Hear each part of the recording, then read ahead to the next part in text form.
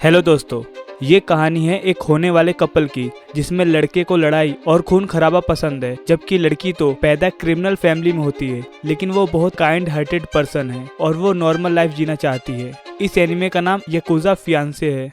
तो कहानी की शुरुआत में हम किरिशिमा को देखते हैं जो एक लड़की की फोटो देख रहा होता है जिसका नाम योशिनो होता है। वो कहता है, ये बहुत क्यूट है यार, अब मुझे अपनी जिंदगी बर्बाद करने की वजह मिल गई है। तब हम योशिनो को देखते हैं जो गुस्से में अपने दादा से कह रही होती है कि ये न्यूज़पेपर में क्या बकवास छपा है, याकुजा फैमिली के बीच में ये क्या शांति की बात हो रही है। तब उसके दादा कहते हैं, ये अच्छी बात तो है और वैसे मैं इस फोटो में हैंडसम लग रहा हूँ। योशिनो कहती है, हमारी याकुजा फैमिली में क्या हो मुझे उससे क्या, मैं उसकी नहीं, ये लास्ट पेज में जो लिखा है उसकी बात कर रही हूँ, जहाँ पर लिखा है कि किसी सोर्स की वजह से हमारी फैमिली के ग्रैंड चिल्ड्रन बहुत करीब हैं और वो फ्यूचर में शादी करने वाले हैं। इसमें मेरी बात तो नहीं हो रही है ना। उसके दादा कहते हैं, तुम्हारे अलावा और कौन होगा। ये सुनते ही योशिनो गुस्से में चिल्लाते हुए बोलती है, पहली बात तो मैं किसी भी मियामा के पोते से नहीं मिली जो टोक्यो में रहता है, ये फालतू का सोर्स आखिर में है कौन। तब उसका दादा बोलता है, मैं नहीं तो कौन बे, मैं ही हूँ वो सोर्स। योशिनो, अब तुम मेरी बात ध्यान से सुनो, तुम 17 साल की होने वाली हो और तुम बचपन से ही अकेली रही हो। तुम्हारा बॉयफ्रेंड तो छोड़ो, तुमने अभी तक किसी लड़के से बात भी नहीं किया है। एक तरीके से देखा जाए तो मैंने तुम्हारी मदद ही किया है और वैसे भी ये लड़का बहुत ही जवान और हैंडसम है। तब योशिनो कहती है, आखिर आप इस लड़के को जानते भी हो और वैसे भी मैं आपको बता दूं कि मैं अभी शादी नहीं करना चाहती हूँ। वो कहते हैं, अरे पागल लड़की, पहले इसको देख तो ले। मैं कहाँ कह रहा हूँ कि तुम जाते से ही शादी कर लो, पहले इससे बात करो फिर बताना कि तुम्हारा वाइब मैच होता है या नहीं। और ऐसे ही चलता रहा ना तो तुम्हें कोई लड़का भी नहीं मिलेगा। तुम्हें तो मेरी जेनेटिक का शुक्रिया अदा करना चाहिए जिसकी वजह से तुम इतनी हॉट हो। तब योशिनो कहती है, हॉट होने का क्या फायदा, लोग तो सबसे पहले शक्ल ही देखते हैं और मेरी शक्ल देख के ऐसा लगता है कि मैं एक बच्चे की माँ हूँ या फिर कोई डाइवोर्सी हूँ। और आप मुझे उस लड़के के साथ रहने के लिए कह रहे हैं जिसे मैं जानती भी नहीं हूँ, उसका नाम क्या है, वो दिखता कैसा है, कुछ भी नहीं। तब उसका दादा उसे कहता है कि उस लड़के का नाम किरिशिमा है और पहले तुम टोक्यो तो जाओ तब उसे देख भी लेना। और योशिनो टोक्यो में किरिशिमा के घर आ जाती है। तब उसे कुछ गार्ड फैमिली के हेड गाकू से मिलाने के लिए ले जाते हैं और योशिनो गाकू को देखते ही सोचती है कि ये कितने हैंडसम हैं। गाकू उससे कहते हैं कि तुम बिल्कुल अपने दादू पर गई हो, अगर वो लड़की होते तो तुम्हारी तरह दिखते। तो योशिनो कहती है, वैसे किरिशिमा कहाँ है। तब गोकू शौक होते हुए कहते हैं, क्या तुम उससे अभी तक नहीं मिली, वो तुम्हारे पीछे ही खड़ा है। तब हम देखते हैं कि जो गार्ड उसे लेकर आ रहे थे उनमें से एक किरिशिमा होता है और वो अपना इंट्रोडक्शन देने के बाद कहता है कि मैं सही समय का इंतजार कर रहा था और योशिनो को घर दिखाने के लिए ले जाता है। जब वो घर दिखा रहा होता है तब योशिनो कहती है, आप लोगों ने मेरे लिए इतना कुछ अरेंजमेंट किया है बट मुझे खुद कंफर्म नहीं है कि मैं यहाँ रहूंगी या नहीं।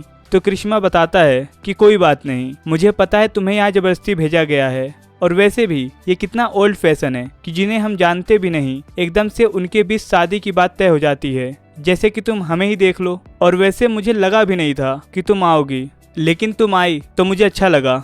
फिर हमें कुछ दिन बाद का सीन दिखाया जाता है जहाँ पर योशिनो सोच रही होती है कि मैंने तो बस इतना ही कहा था कि ये लड़का बुरा नहीं है और इन लोगों ने मेरा ट्रांसफर भी करवा दिया। अगर मैं सच बताऊं तो मुझे बस इस वाहियात से सिचुएशन में डाल दिया है। तभी वहाँ पर किरिशिमा आ जाता है और उससे पूछता है कि तुम ठीक तो हो ना और तुमने आर्ट स्ट्रीम चूज किया है। तो योशिनो बताती है कि मैं ठीक हूँ लेकिन स्टडी में उतनी अच्छी नहीं हूँ, तो मेरे लिए आर्ट लेना ही सही है और वैसे तुमने तो साइंस स्ट्रीम चूज किया है ना। फिर वो क्लासरूम के पास आ जाते हैं और अपने अपने क्लासरूम में चले जाते हैं। तब योशिनो सोचती है, इसे देख के तो लगता ही नहीं है कि ये याकुजा फैमिली का ग्रैंडसन है। अच्छा हुआ कि ये नॉर्मल और अच्छा इंसान है। फिर उसके पास 3 पापा की परी आ जाती हैं और उसे धमकाने लगती हैं कि कहीं तुम किरिशिमा की गर्लफ्रेंड तो नहीं हो और अगर हो भी तो उससे दूर रहो। और जब योशिनो क्लास से जा रही होती है तब कुछ लड़कियां बात कर रही होती हैं कि ये किरिशिमा कितना हैंडसम है। तब वो किरिशिमा से बताती है कि तुम यहाँ पर कुछ ज़्यादा ही फेमस हो। किरिशिमा कहता है, हाँ मुझे पता है, लेकिन वो लोग मुझे बस ग्रीट करते हैं, कोई भी बात करने नहीं आता है क्योंकि उन्हें पता है कि मैं याकुजा फैमिली से हूँ। योशिनो कहती है, हाँ तो वो लोग डरते होंगे। तब किरिशिमा बताता है, ऐसा तो नहीं होना चाहिए क्योंकि अगर पुलिस को पता चलता है कि याकुजा फैमिली किसी से लड़ रही है तो वो तुरंत आ जाते हैं और एक्शन लेने में भी टाइम नहीं लगाते।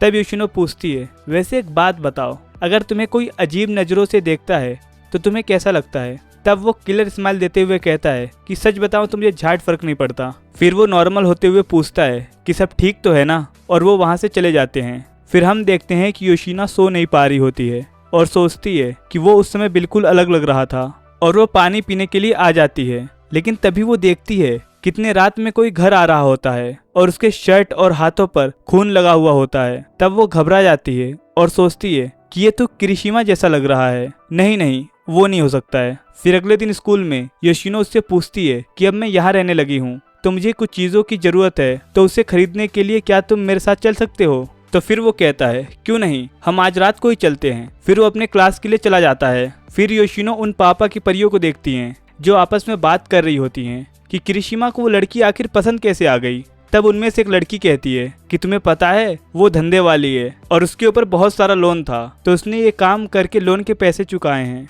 उनकी बातें सुनने के बाद वो सोचती है कि जगह चाहे जो भी हो, लोग बकवास ही करते हैं। फिर रात में जब वो किरिशिमा के साथ कुछ सामान लेने आई थी तब वो उससे कहती है कि तुम थोड़ी देर वेट करो और मैं अपने एटीएम से पैसे निकाल कर लाती हूँ। और जब वो पैसे निकालने जा रही होती है तब उसे कुछ लोग छेड़ते हैं और कहते हैं कि सुनना चिकनी चलती है क्या। और जैसा कि मैंने तुम्हें शुरुआत में ही बताया था, किसने अपनी पूरी जिंदगी में किसी लड़के से बात नहीं किया है, तो ये उन्हें मना तो करना चाह रही थी लेकिन कर नहीं पाती है। और फिर वो लोग उससे कहते हैं कि जितना पैसा चाहिए ले लेना और उसे ले जाते हैं। तब वहाँ किरिशिमा आ जाता है और कहता है कि ये लड़की मेरे साथ है। तब उनमें से कहता है कि तेरे साथ थी लेकिन अब इसकी हम लेंगे, तो तू बाद में आना। फिर वो बेचारे तो ले नहीं पाए लेकिन किरिशिमा उन सब की ले लेता है। अरे कुछ और नहीं लेता, वो उनकी जान ले लेता है और वो इन्हें इतना सुअर बना के मारता है कि लड़की को खुद कहना पड़ता है कि अरे मर जाएंगे, अब तो छोड़ दो। फिर वो एक बंदे से कहता है कि मेरी शक्ल याद कर ले और ये लड़की मेरी है। अगर तूने इससे दोबारा बात करने की कोशिश की या फिर मुझसे बदला लेने के बारे में भी सोचा तो तेरा पूरा खानदान गायब कर दूंगा।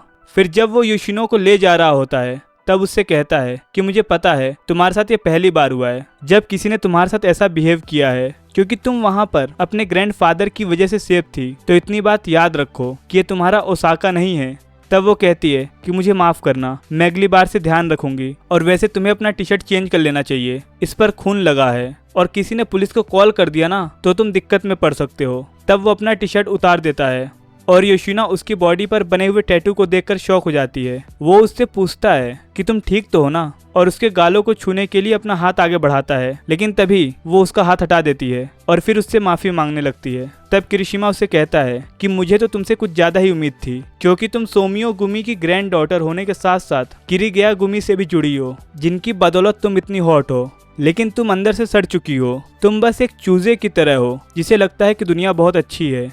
मुझे वैसी लड़कियां पसंद आती हैं जो दया और इंसानियत जैसी फालतू की बातें ना करके लोगों की मार के रखती हैं। मैंने कभी सोचा भी नहीं था कि तुम इतनी नॉर्मल होगी। मुझे लगा था कि तुम मुझे कम से कम 1 साल तक तो एंटरटेन करोगी ही, लेकिन तुमसे तो मैं 2 ही दिन में बोर हो गया। मैंने ही तुमसे उम्मीद लगाकर गलत किया। वैसे तुम अब क्या करने वाली हो? तुम्हें वापस ओसाका चले जाना चाहिए, लेकिन अगर तुम चाहो तो यहाँ रह सकती हो, लेकिन तुम्हारी वैल्यू मेरे लिए सिर्फ एक चूजे जितनी रहेगी। इसका मतलब तुम एक कचरा हो। तुम में सिर्फ तुम्हारा चेहरा, फिगर और बॉडी अच्छी है। तुम उसे बेचकर थोड़े पैसे क्यों नहीं कमा लेती? वैसे हम इसका रैकेट भी चलाते हैं। अगर तुम मेहनत से काम करोगे तो 2 महीने में कम से कम 1 मिलियन आराम से कमा सकती हो।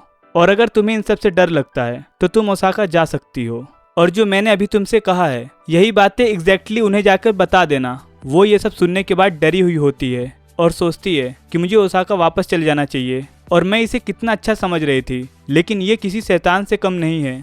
फिर वो स्कूल के लॉकर से किताब लेने जाती है, जहाँ पर वो देखती है कि किसी ने उसके लॉकर में कीचड़ भर दिया है और वो सोचती है यह पक्का उन पापा की परियों का काम होगा। फिर उसे उसके दादा रेंजी का कॉल आता है और वो पूछते हैं कि सब ठीक तो है ना। वो रोने वाली होती है और कहती है हाँ सब ठीक है। तो रेंजी कहते हैं कि तुम रो रही हो क्या, और बताते हैं कि तुम्हारे साथ जो भी हो रहा हो तुम यहाँ आने का सोचना ही मत। तुम्हें बस उसके साथ 1 साल वहाँ रहना है और उसे अपने प्यार में पागल कर दो, और जैसे ही 1 साल पूरा हो तुम उसे लात मार के चले आना। अगर तुम्हें उसने परेशान भी किया होगा तो तुम इस तरीके से उससे बदला ले सकती हो। कॉल कट होने के बाद वो सोचती है कि ये सारे मर्द एक जैसे ही होते हैं, और वो कहती है कि अच्छा अब मैं उसके एक्सपेक्टेशन से ज़्यादा ही करके दिखाऊंगी। फिर किरिशिमा को देखते हैं जो क्लासरूम में बैठा होता है। तभी 2 हफ्ते गायब रहने के बाद योशिनो वहाँ पर आ जाती है और उसे 4 मिलियन दे के कहती है कि तुमने कहा था ना कि तुम्हारा सिर्फ चेहरा, फिगर और बॉडी अच्छा है, तो मैंने उसी के थ्रू ये पैसे कमाए हैं, लेकिन तुम्हारे घटिया तरीके से नहीं, बल्कि अपनी एक किडनी बेच के। और उन तीनों पापा की परियों से कहती है कि तुम जरा अपनी औकात में रहना, क्योंकि अगर मैं मर भी रही होंगी ना तो तुम तीनों को मौत का नंगा नाच दिखा के जहन्नुम में भेजने के बाद ही मरूंगी। और वहां से जाने लगती है। तभी करिश्मा उसका हाथ पकड़ लेता है और उसे प्रपोज कर देता है और वो कहता है कि आज से पहले मैं कभी भी इतना एक्साइटेड नहीं हुआ, इसका मतलब मैं तुम्हें पसंद करता हूँ, तो तुम मुझसे शादी कर लो और मेरी जिंदगी जहन्नुम बना दो। तब वो कहती है कि क्या तुम भूल गए तुमने कुछ हफ्ते पहले मुझे क्या क्या कहा था।